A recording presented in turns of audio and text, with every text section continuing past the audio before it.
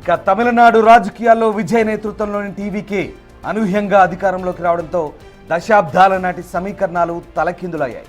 50 ఏళ్ల రాజకీయ చరిత్ర కలిగిన అన్నా డిఎంకే ప్రస్తుతం ఉనికి కోసం పోరాడుతోంది.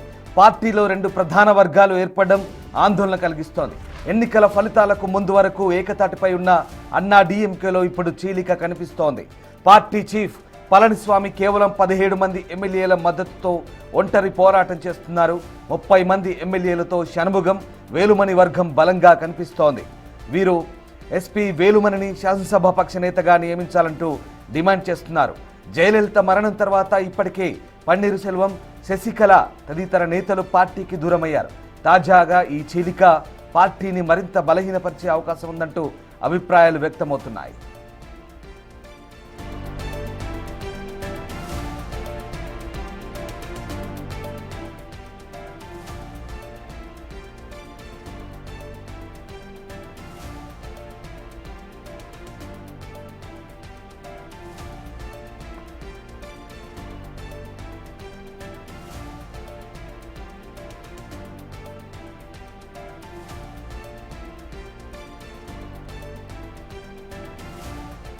మా ప్రతినిధి ఉమాశంకర్ జైన్ అవుతున్నారు చెన్నై నుంచి. ఉమాశంకర్, ప్రధానంగా అన్నా డిఎంకే పార్టీకి గత నేపథ్యం చూస్తే ఎంతో చరిత్ర ఉంది. కానీ ఇప్పుడు అన్నా డిఎంకే పార్టీ పూర్తిగా బలహీనపడి చీలిక దిశగా పయనిస్తోంది. అసలు ఏం జరుగుతోంది? అన్నా డిఎంకే పార్టీలో నేతలంతా కూడా తలోదారి దిక్కులు చూస్తున్న నేపథ్యంలో ప్రస్తుతం ఎలాంటి సిచ్యువేషన్లో ఉంది ఆ పార్టీ?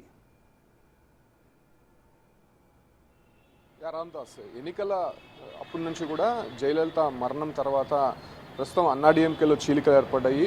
అటు 47 స్థానాలకి అన్నాడీఎంకే తమిళనాడులో సీట్లు గెలుచుకున్నప్పటికీ కూడా అటు ఆ పార్టీలో ఉన్నటువంటి కీలక నేతలు షణ్ముగం, వేలుమనేటువంటి వర్గము అంటే టీవీకే పార్టీకి సపోర్ట్ చేయాలని చెప్పి కూడా మొదటి నుంచి వాళ్ళు పళనిస్వామికి చెప్తూనే ఉన్నారు. సో ఆ రకమైనటువంటి స్పెక్యులేషన్స్ ఆ పార్టీలో మొదటి నుంచి కూడా జరుగుతూనే ఉన్నాయి. బట్ క్యాంప్ రాజకీయాలు జరిగాయి. ఎమ్మెల్యేలను కాపాడుకోవడానికి అనేక వ్యక్తులు వేసినటువంటి పరిస్థితి. సో ప్రజెంట్ ఇప్పుడు ఏదైతే అసెంబ్లీలో బలపరీక్ష జరగనుంది, బలపరీక్షకి ఎవరి మద్దతు సాధారణంగా విజయ్కి అవసరం లేదు. ఎందుకంటే దాదాపు 120 మందికి పైగా ఎమ్మెల్యేల సంఖ్యాబలం విజయ్కి ఉన్నటువంటి పరిస్థితి. అయినప్పటికీ కూడా అటు పళనిస్వామితో విభేదించి 30 మందికి పైగా ఎమ్మెల్యేలు వేలుమని అని అది శాసనసభ పక్ష నేతగా ఎన్నుకోవాలని చెప్పి కూడా అటు ప్రోటం స్పీకర్కి వినతిపత్రం ఇచ్చినటువంటి పరిస్థితి. మరోవైపు పళనిస్వామి కూడా నిన్న 17 మందితో ప్రోటం స్పీకర్కి ఒక లేఖ కూడా ఇచ్చినటువంటి పరిస్థితి. సో ఈ రకంగా అన్నాడీఎంకేలో చీలికలు ఏర్పడినటువంటి నేపథ్యంలోనే ఇవాళ తమిళనాడు అసెంబ్లీలో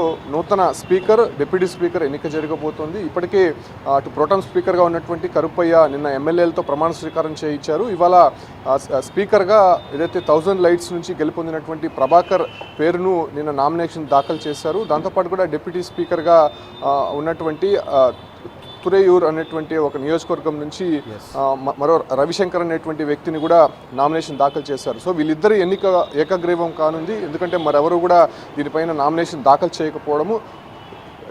చేయకపోవడంతో ఇవాళ ఆ ఎన్నికకు సంబంధించినటువంటి పూర్తి కాబోతున్న నేపథ్యంలోనే ఇవాళ అసెంబ్లీలో స్పీకర్, ప్రోటం స్పీకర్ ఎన్నిక తర్వాత రేపు బలపరీక్ష ఉండబోతుంది. బలపరీక్షలో విజయ్ ఏం చేయబోతున్నాడు, ఎలాంటి పరిణామం ఉండబోతుందో తమిళనాడు వ్యాప్తంగా కూడా కొంత చర్చ జరుగుతోంది. Ramesh, right, yes, thank you అమ్మా.